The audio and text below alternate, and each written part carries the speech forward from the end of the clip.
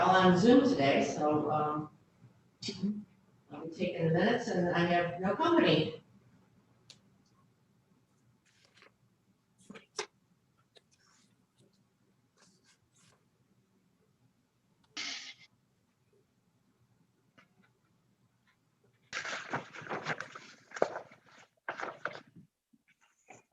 Okay, we are live, and just a reminder, as people do the roll call, we are supposed to put down where they are at doing the Zoom call, like their township or something like that.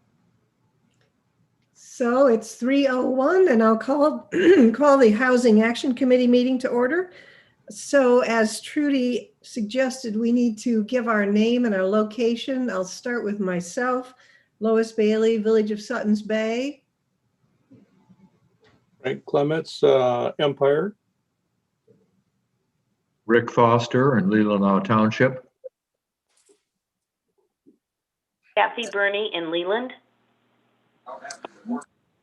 Melinda Lautner, Solon Township. Sharon Oriole, Glen Arbor Township. Tony Lenti, City of Traverse City, Grand Traverse County. And I think that's everybody that's here. Okay.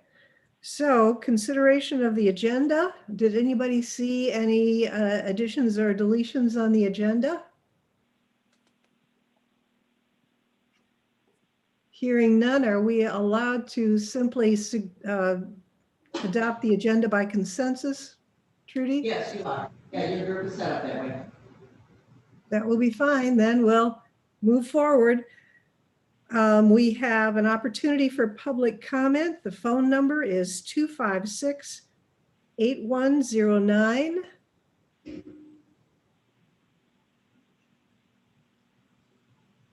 Hearing nothing, if there's anyone that wants to call in, we can pause our meeting and take your comments. So we'll move forward. Staff comments? Nothing at this time. Okay. Consideration of the February 8th, 2021 minutes. Anyone see any corrections or additions to those minutes? Make a I motion move to we approve. accept them. Dr. Rioma. Looks like a little bit maybe or something. I'm not sure what I'm hearing. I made a motion to approve and somebody supported. Okay, Maybe Tony? like pick a name, I guess. I'll second. Support. Kathy, A motion and a second to accept the minutes. All those in favor, can we simply raise our hands?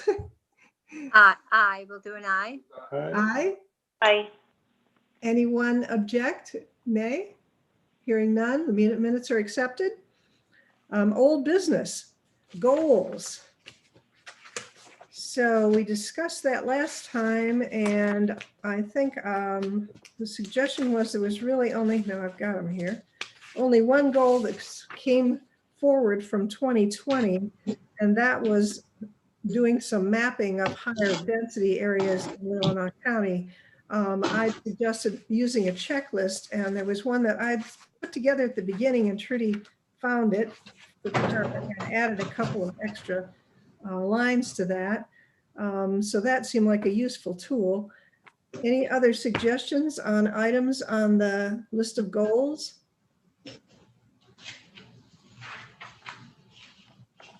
I like the expansion on the housing staff position that, we talked about perhaps just having a volunteer, and that didn't seem like a practical solution. That needs to be somebody that's more permanent and a longer term action to get us moving. Preserving existing housing, affordable rental units. I know we talked about that with John O'Neill and his concern about losing housing. And it seemed to me that had to be tied with the short-term rental issue. Okay, you can't actually get into the meeting, like you're actually trying to watch the meeting, right? Okay, hang on just a second. Lois, in case you're getting feedback, I'm trying to explain to someone how to watch this meeting quick. They want to watch it. Okay. So, Should I Did you pause have for the a agenda? moment or just keep going? yes, pause, Lois, just for a moment. Okay. So you have the agenda in front of you. Just go to the link at the top of the agenda and click on that. When you get to YouTube, you should be able to type in like Leelanau County. And then there's I think you get like a little emblem that says Leelanau County Recordings. Try that one. The Housing Action Committee, there should be a red little live on it right now. So it's going live.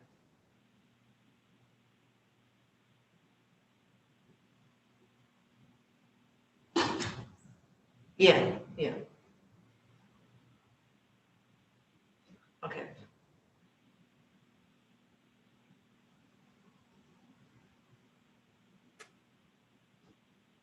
Okay, well, I've got you on the phone. You want to do your public comment right now? I'll put the phone up to the microphone.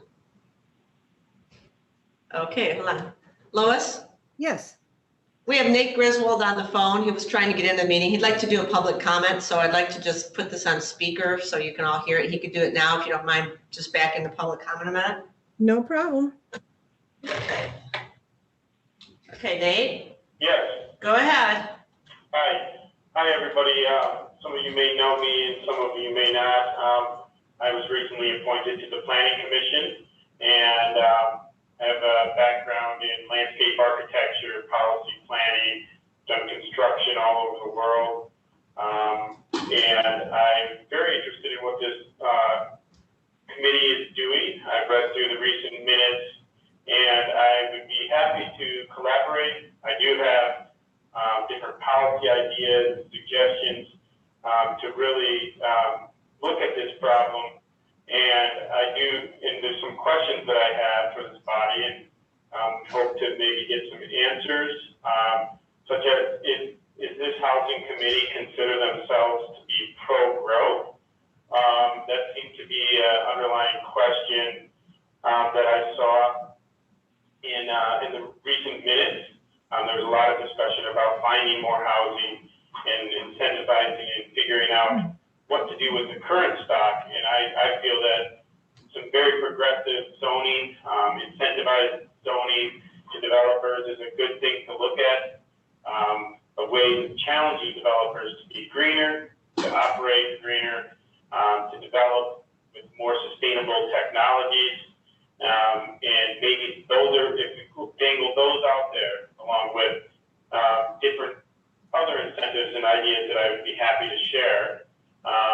If this is the appropriate place or the Planning Commission is the appropriate place, I'll let Trudy tell me.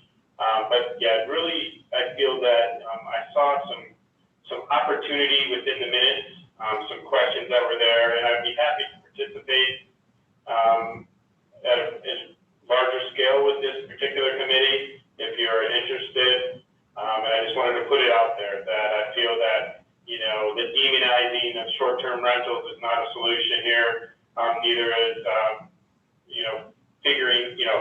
trying to push homeowners into making sure that they, stay in a certain stock. I feel that there's ways to create new stock of housing here and some creative zoning. So I just wanted to put that out there. I'm here to, share ideas if anybody's interested. And thanks a lot for your time. Hey, thank you, Nate. I hope you can get on to watch YouTube now. I'm gonna hang up. I will. Okay, thanks. Frank has a comment. I think you're still muted, Frank. Nate had some interesting comments there. I would like to see if we couldn't, we've been on this train for a long time and he doesn't understand all the things we've done or not been able to do. And I wonder if Trudy could email him a package of some of the meeting minutes and the Housing Ready program that we have, so he gets a little more context of what we've been doing.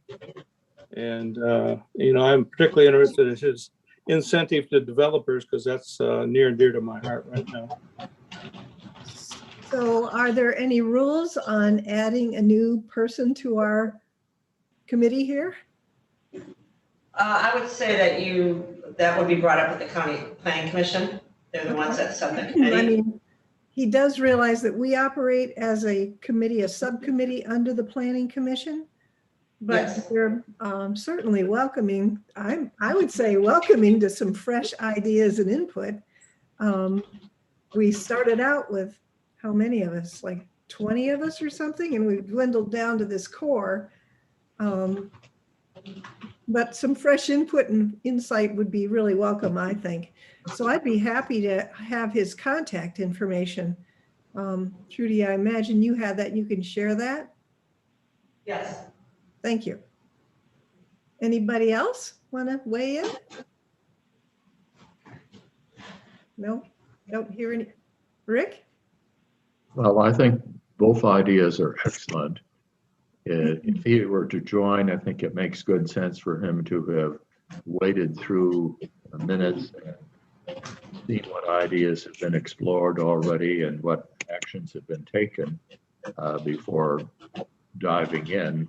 Otherwise, we might be hearing a lot about things we've already talked about. Mhm. But on the other hand, I think a fresh brain would probably be a good thing to add to the committee. So Trudy, can you move forward on whatever we might need to do to have him join us or at least get all the information? It sounds like he's been reading the minutes, so he's accessed them through the our website. Yeah, I'll get in touch with him and then, find out first if he's interested in actually being on the committee or if he had some other ideas. Okay, excellent. Well, And thank can you. I just ask, since I've been hopping around the room here, did you finish up on the goals? Well, we kind of stalled there. I was asking for any other comments. Seems like I was the only one who was talking. Anybody else got some input here?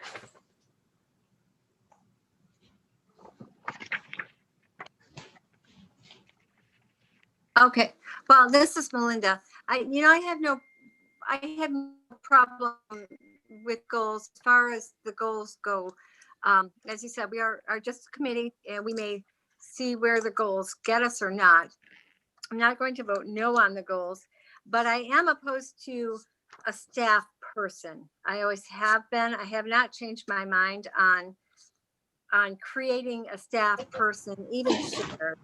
I think we've got great direction already with, and just some of what Nate has just talked about with zoning, with working with townships, with our partnership with Housing North, et cetera, that we're making some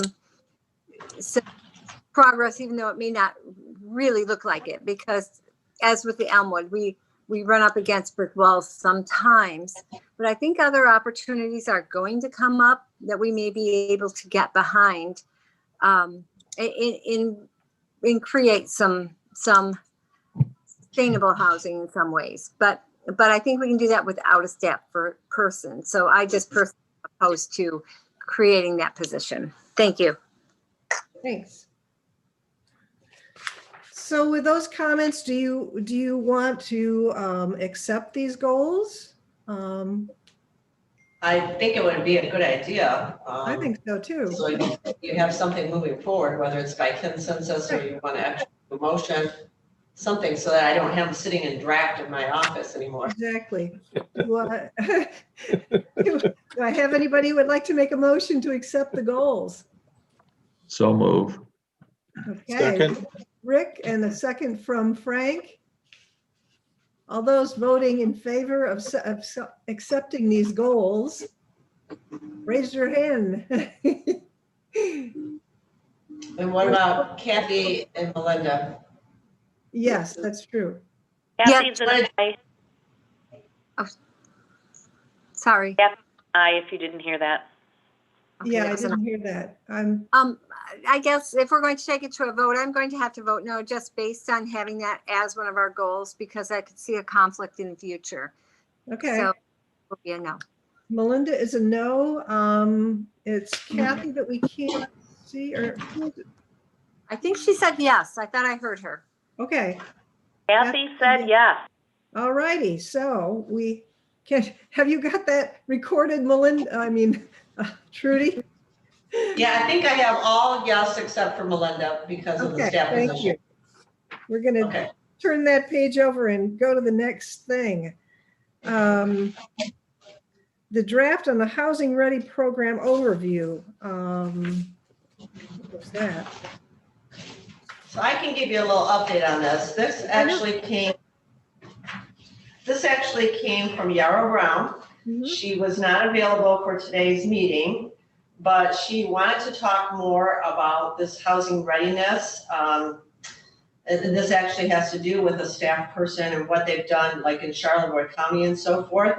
So what she wanted to do was to bring this to you today via the agenda, and then see if there's any certain questions or input or more information that you want. And she was going to appear at the meeting next month to talk to you about it in a little more detail.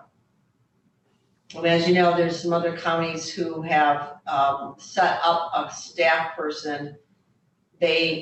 Housing North assisted them, and Tony could correct me on any of this, but my understanding is Housing North helped set it up, but the fundraising and the funds came from other organizations, not from Housing North for that individual person. Mhm. And I don't even know if other counties put money in for that staff person, or if it's all like private funds or nonprofits and so forth. Maybe Tony could add on to that if he has more information. So this was. That's correct. That's correct? So this is for your information today, and to find out, do you have any other questions? Do you want me to ask Yarrow certain questions or ask for more information so that she's ready next month to do a presentation? She would talk to you a little bit more. It seems to me what she has said in her report is kind of what I was thinking, that we need some staff help. And when she recommends a 3-year period, I think that makes sense too. You can't do it with a volunteer who is an intern just in the summer, just to get into the whole spread of issues with different communities. You need some concentrated time and attention. Sharon? This question is for Trudy. Given the information on this topic that we have, what are the county guidelines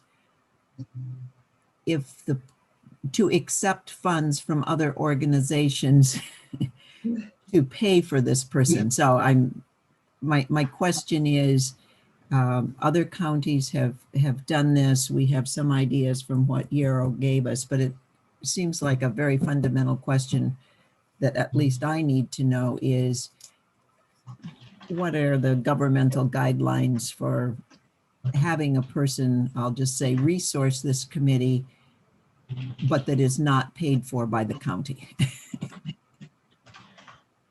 There is a policy that the county has for accepting donations for certain things.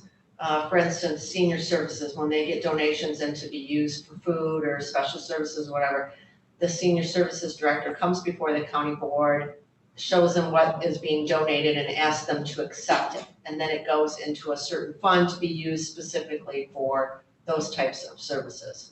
So I would imagine that we would have to follow a similar process if people wanted to donate to fund this position. But there's more to it than that, because then we would have to check with the accounting department on, are there any benefits with this? If there are, who's paying for those benefits? So, it would take a little bit more behind the scenes work to figure out if there's actually going to be a position, how many hours, what's the pay, and how much money would be needed by other organizations to fund this position.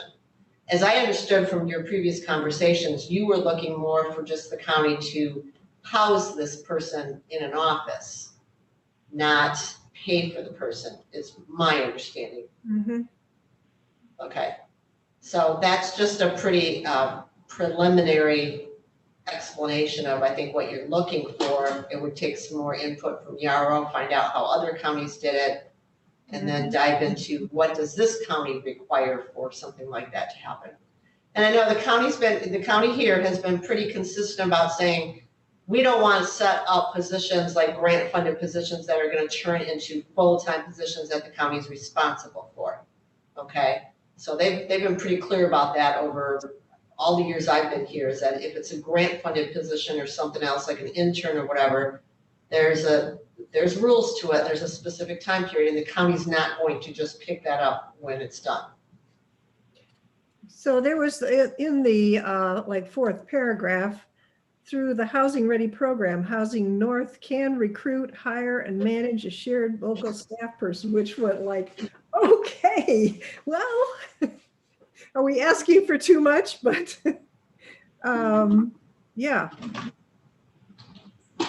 that sort of jumped off the page in front of me. Anyone else? Frank? Yeah, I'm looking at the whole document here. Maybe Tony can, maybe it's in here, but it's not in the format that I'm looking for it to be. And this has to do with NIMBYism. And we go through all this trouble and we get to the community and we try to get something passed to get our housing, get our rentals or whatever. And the community drives us out of there. And what I've found is that if you wait that long to do it, that's going to happen to you. But if you have some public relations type activities prior to that or long-term prior to that, I think you have a better chance of doing it. And I'm going to go so far as saying work on yes in my backyard instead of no in my backyard. So I would like to see them have some kind of a public relations campaign, so to speak, going on, perhaps that could be utilized in these various communities when a developer comes in that we can stand behind and would like the project. So, and I don't know if that's already in there somewhere, Tony, or not, but I would say that the local communities that have these positions are largely responsible for the activities of those staff persons, and funds were sought for those staff persons largely based on those duties. So they had action plan of what they wanted to accomplish and got some funders to buy into that, and then hired somebody to implement that work plan. And I think that's the most successful approach. I don't think many people will give money for a position that we don't know what it's going to do. So it's good that you articulate exactly what you want to do. And even if it is a helping run a yes in my backyard campaign, as well as some of the other traditional activities of, convening all these meetings and what have you in those communities, I think you'll go a long way to attracting the partners you need.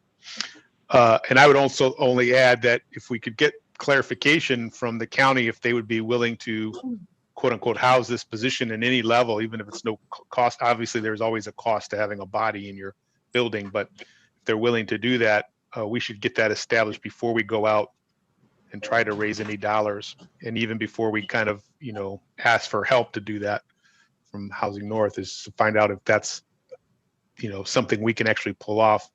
If not, we should find an alternative. And, I think in the other communities that have done this, the community foundations have been very active in funding these positions and helping find the talent to fill those positions as well. So we could start there next, but it would be good to get just a good solid answer from the county if they would be willing to have this position. Honestly, I don't even know if you have room in the county building. I know it's a very large space, but I'm not in the offices ever, so I don't know if you're all staffed out or not. But that would be like a simple first step, is to figuring out where it's going to be, and then we can put the job description together, then maybe talk to funders.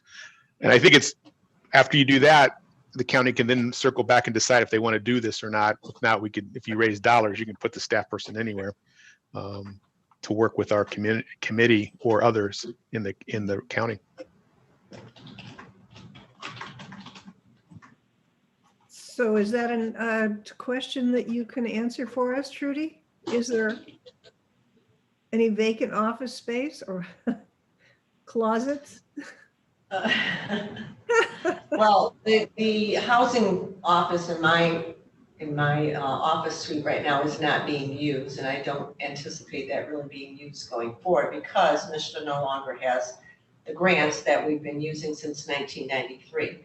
But I don't know how the county board would feel about that. We have not approached them on that. Okay. Well, that's one way to go, is to try to figure out where they would be housed first, and then figure out the parameters of the job. And maybe Yarrow can help us with that, and anyone else, you know, trying to find a model that other communities have used was what I was hoping for. So what do you want to do next, guys?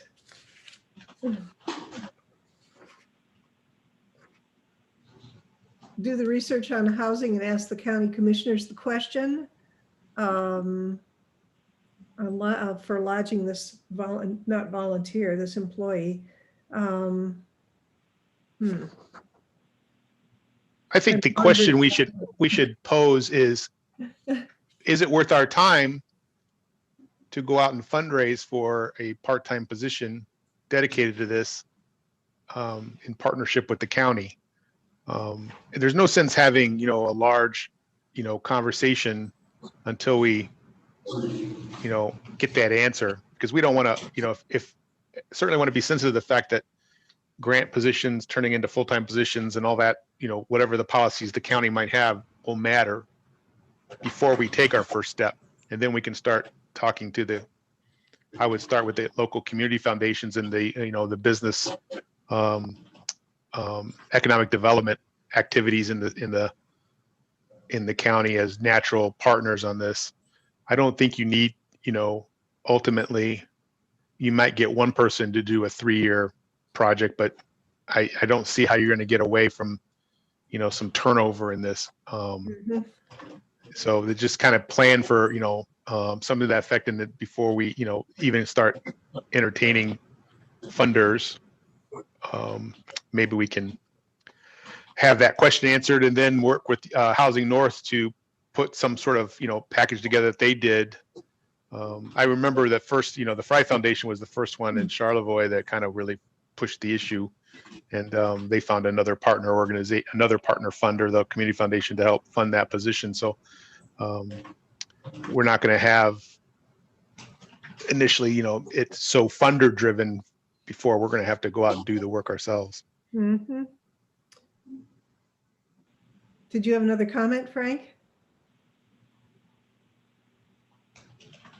No, I think when I talk about the next subject matter, the opportunity analysis, and that'll be a good example of how a specific project could be carried out by this person, you know, one that has a beginning and an end to it, for example, and, you know, has a need for a certain amount of hours, et cetera.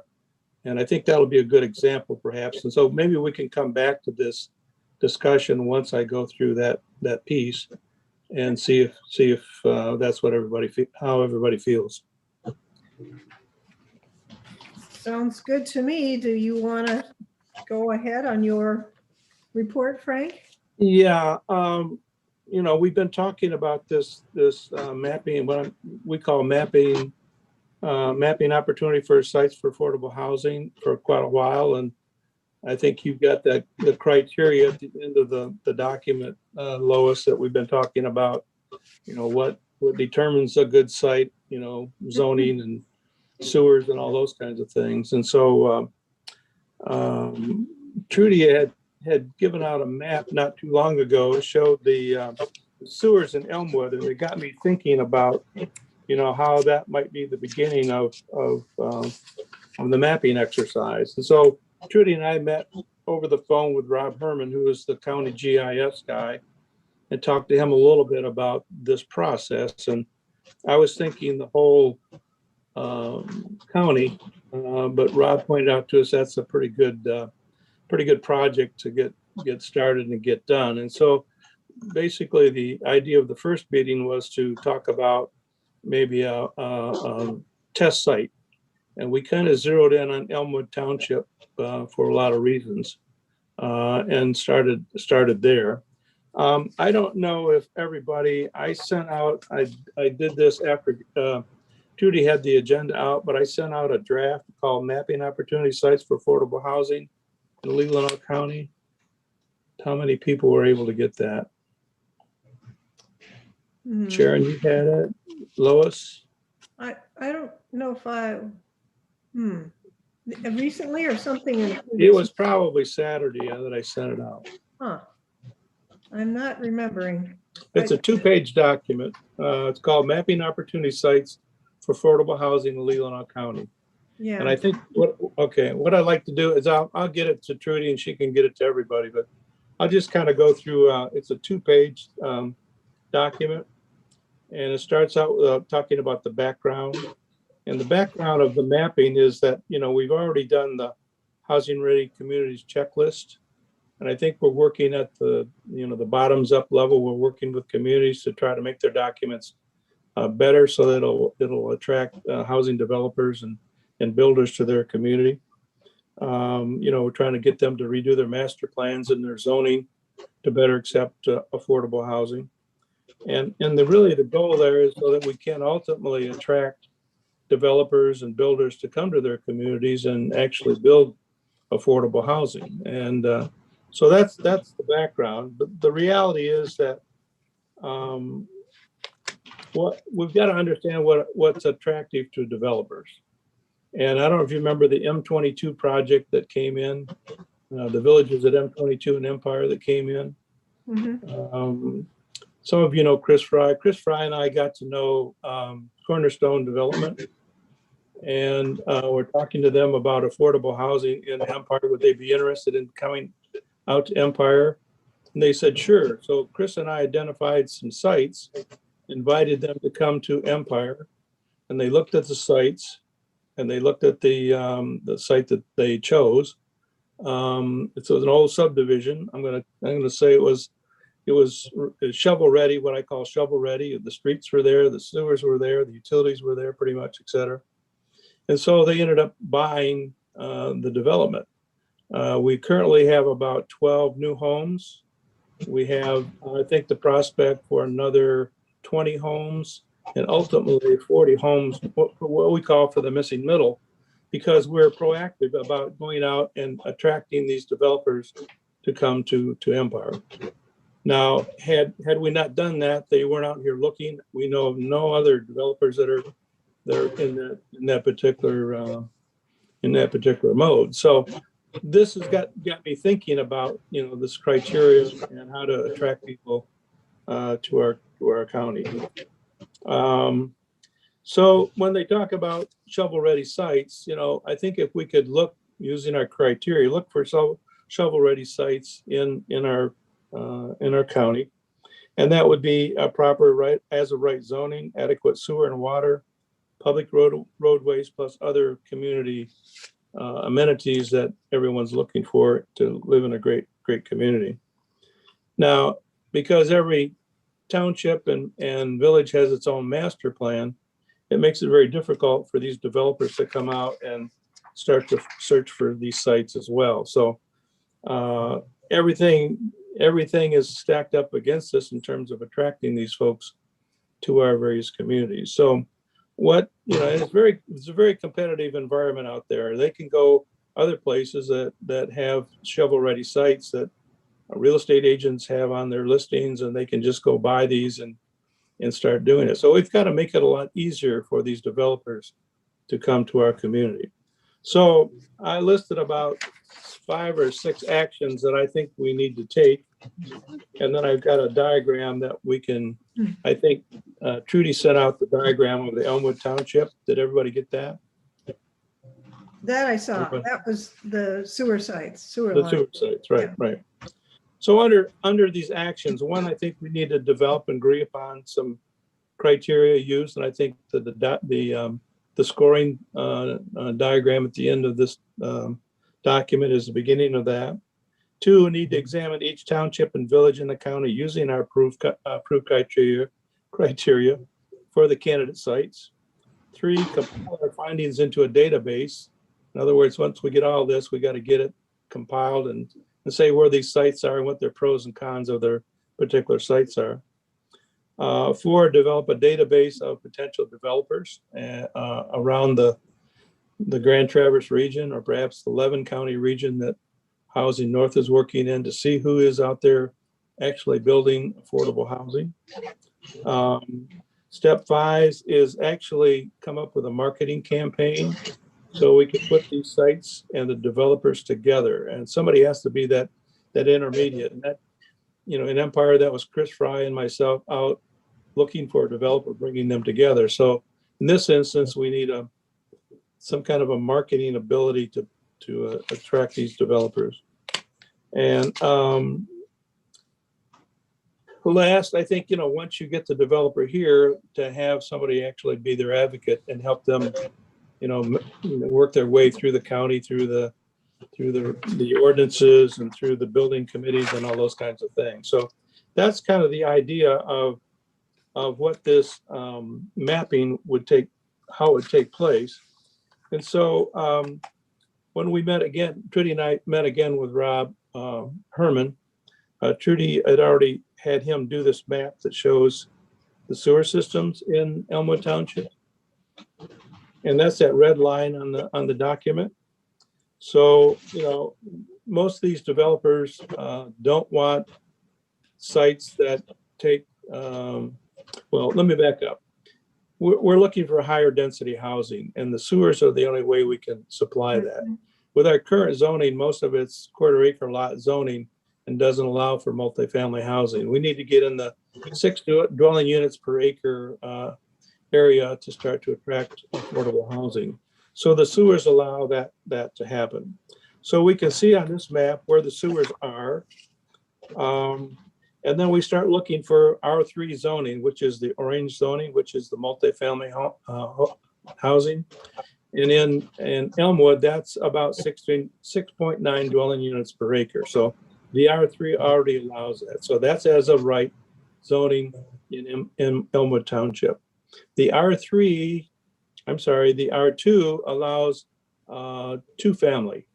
Most of those sites are 10 acre minimum type sites, but they do allow 2 acre sites. So, and then we're also looking for employment.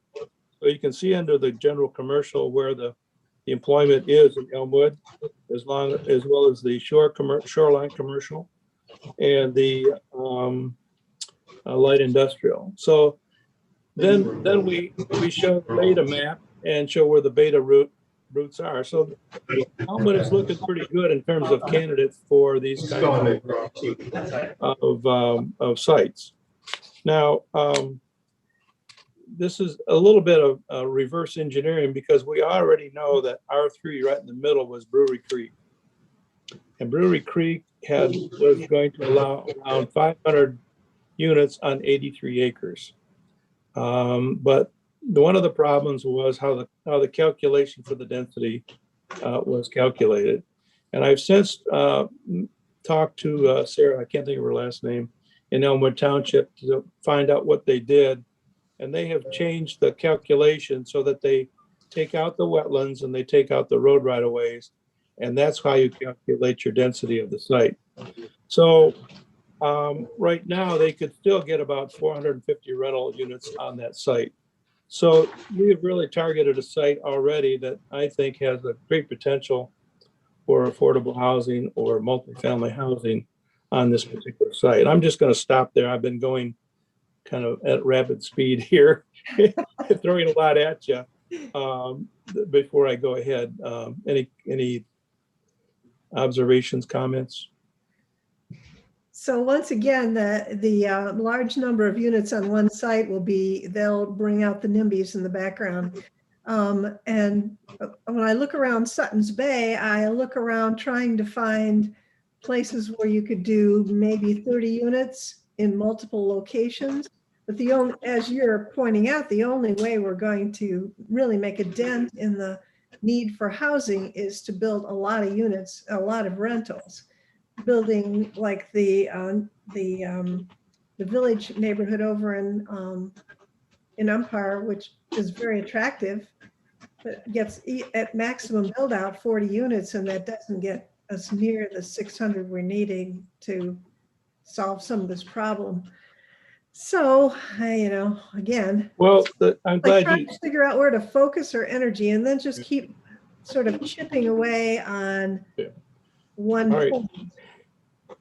Yeah, no, you mentioned Sutton's Bay. I kind of went up the road, so to speak, Lois, and looked at Sutton's Bay in terms of their multifamily or their higher density housing. I saw really very few opportunities within the city limits for that to happen.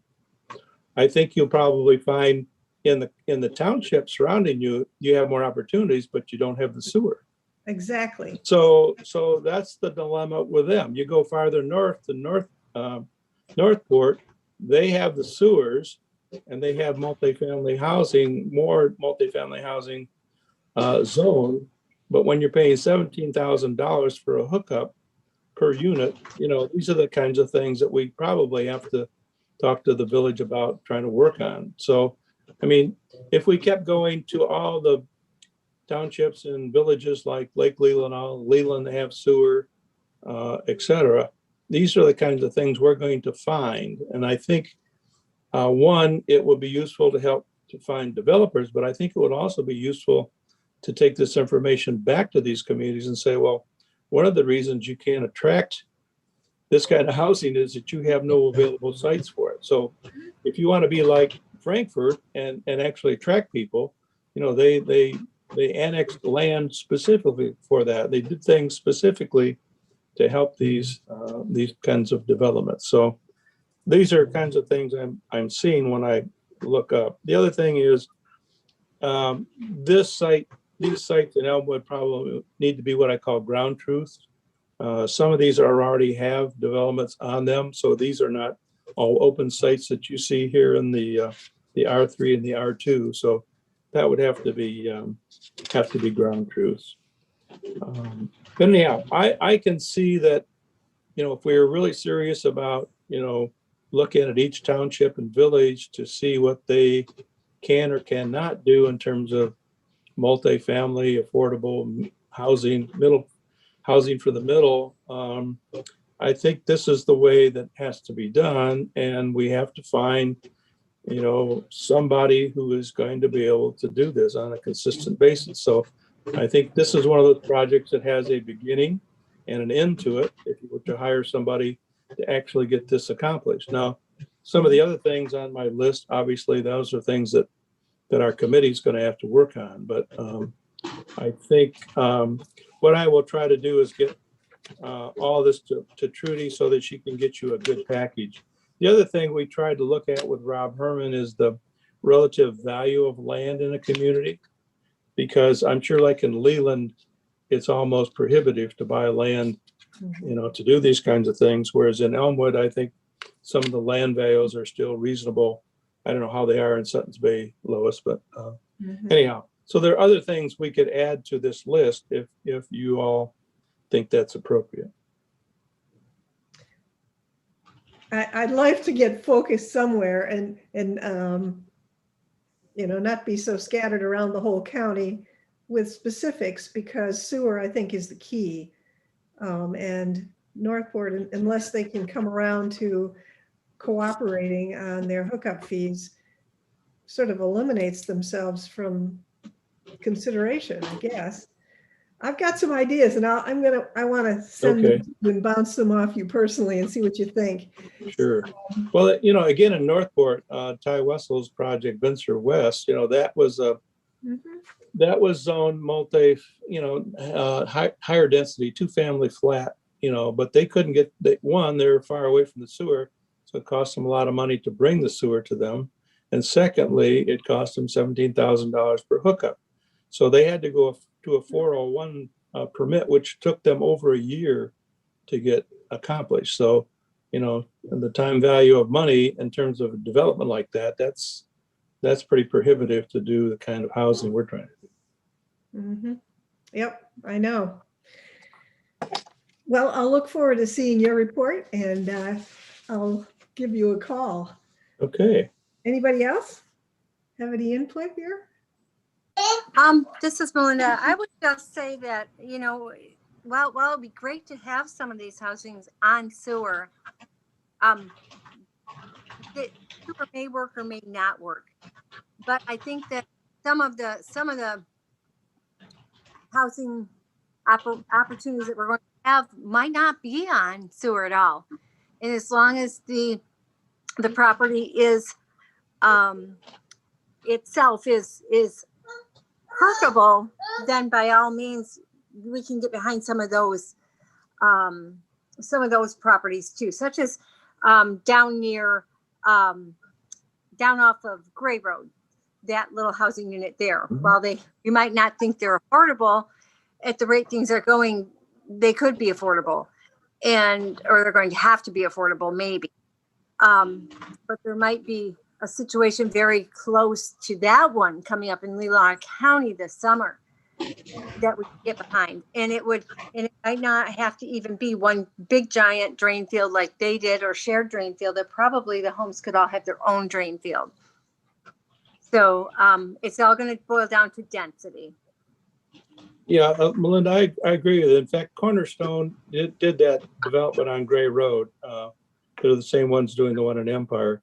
What I found with Cornerstone is that what you're talking about is what I call a green development site. In other words, it has to be platted, and roads have to be put in, and utilities have to come in. He was looking for something that he could, what I call the shovel-ready sites that he could do. So I don't disagree, but it takes a longer period of time for him. And he quite frankly said he was interested in the Empire site because he felt the economy was going to turn on the housing market, and he wanted something that he could do tomorrow. And if he had to wait a year, his market may go away. So these are all the things that these developers know and will tell you when we start to get into the details with them. But yeah, no, green sites are fine. They take longer. Yep. Mm-hmm. Okay, we're gonna wait for Frank's report. The scoring project sites, that was that little form that we expanded on.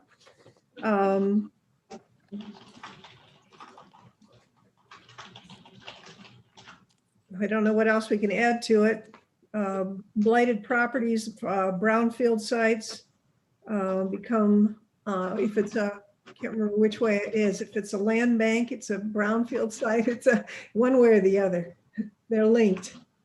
So properties that are abandoned, idle, underused, vacant for a length of time can qualify for some funds through these either brownfield or land banking. If something's in the land bank, it's automatically available to the brownfield. That's what I wanted to say. Thank you. Okay, I don't know where we're going, guys. I'm kind of running out of paper here.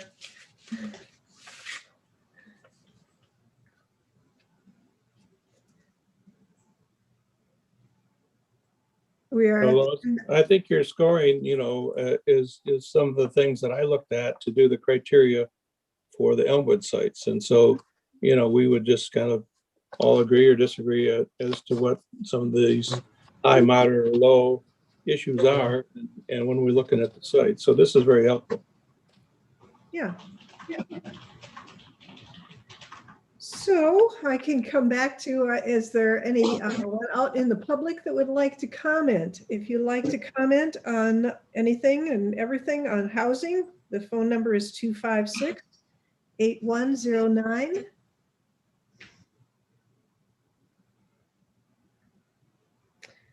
Staff comments?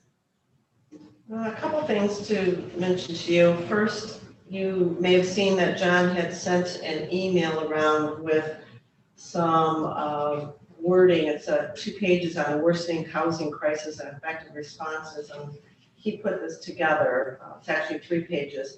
He asked for it to be put in the minutes. I did respond back saying I didn't think that we had to put all of our documents into the minutes because they're part of meeting material, or they're available through our office if anyone asks for them. So that's where I kind of left that.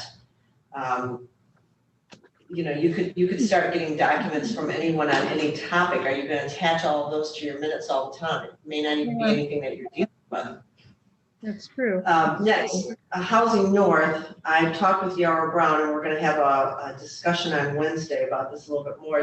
For years, I tried through MISHDA to get them to develop a site that would be what I call a clearinghouse for housing.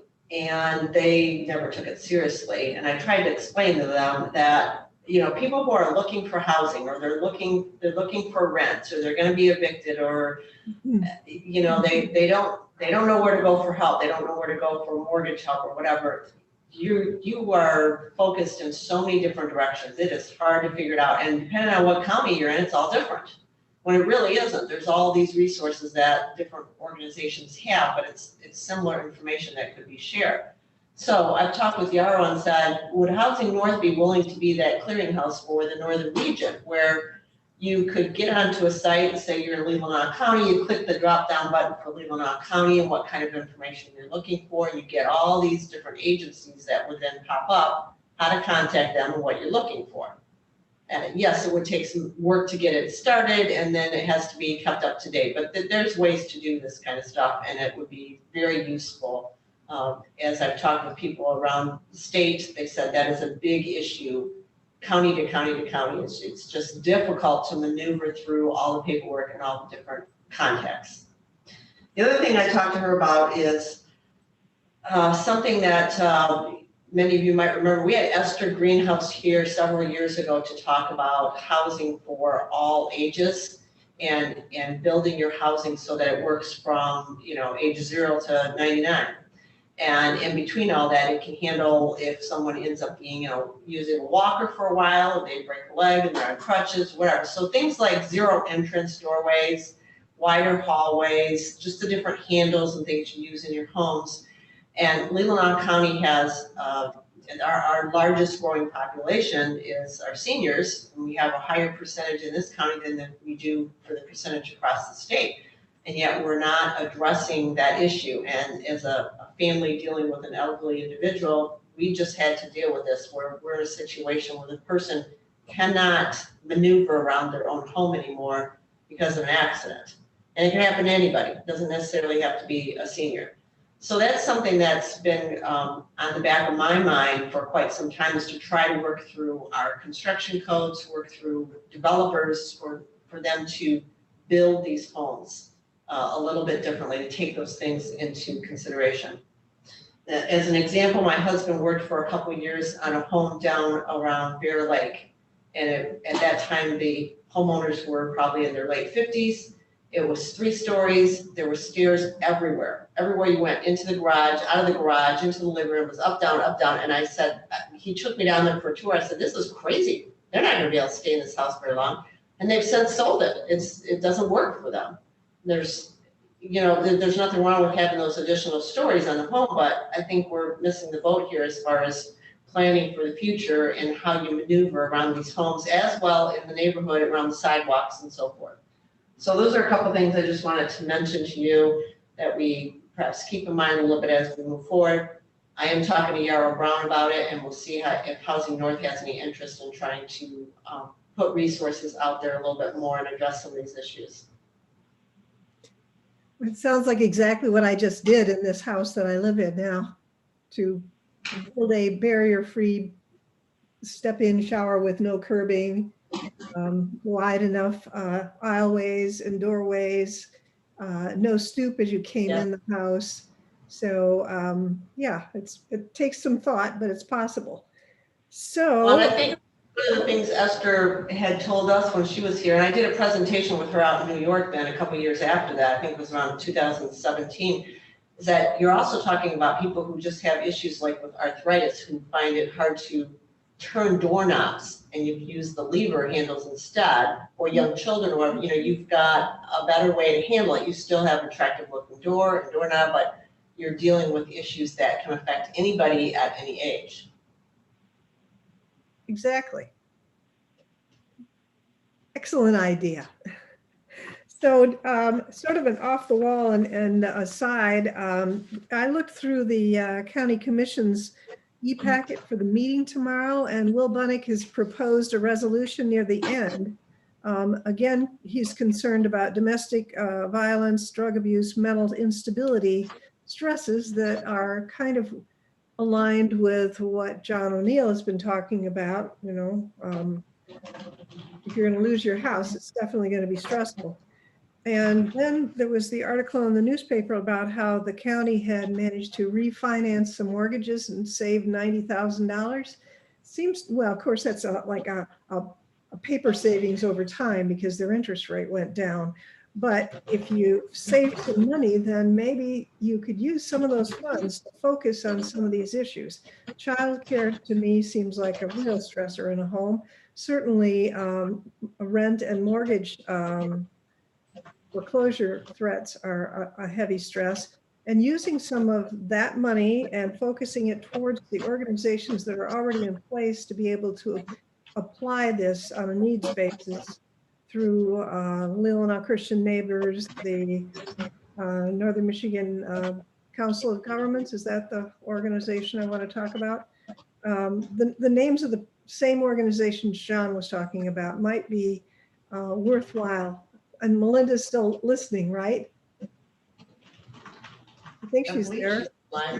It looks Yes. like. Yes. Yeah. So does that seem like that makes any sense? No. As a way to actually really put some dollars in and alleviate some of the stress that we are seeing happening in our community? No. On what we was $90,000. We still have to pay the bonds on our jail. This is money saved from the jail. However, $90,000. That's not like it necessarily put $90,000 in our pocket. That's just going to be savings over the next 7 years. Yeah, that's what I said. Well, we haven't budgeted for those next 7 years yet. So we haven't even budgeted for 22 yet. We don't know what dollars we're going to the next 7 years. So that's not really dollars put in our pocket. I do believe Commissioner Bunnick was talking maybe a little more along the lines of getting support for all of the emotional things people are going through right now with COVID. Such a concern is obviously opioid abuse, which we're trying to get, support out there for. But just the suicide rate, emotional dilemma that our children are going through, not being in schools, etc. So yeah, housing, it's just too big, honestly. Sadly, it's just too big. And I honestly don't know where the county itself would begin on mortgage relief for all of our residents. Okay. Any other comments from other members? Sharon. Two things. For our next meeting, I would ask we consider going back and answering Tony's question about the possibility of the county hosting a person to support housing activity. I think before we can go forward, we'll have Yarrow at the next meeting, but I think we need to answer that question. And then second, I want to thank Frank and Trudy and Rob for the work on the opportunity for affordable housing. And I think this is something that is really, really useful because we can show townships or municipalities either their reason for opportunity or the reason for their lack of opportunity, and can specifically highlight for them changes that they can make. Whether it's dropping the cost of sewer connections or whether it's a change in zoning. And as Melinda said, if there's opportunity for, a green start that's not shovel ready, where are those opportunities? So I think continuing with this project would be, as Frank said, a beginning, middle, and end that would have good impact across the county. So, thank you. Thank you. Any other comments? Rick?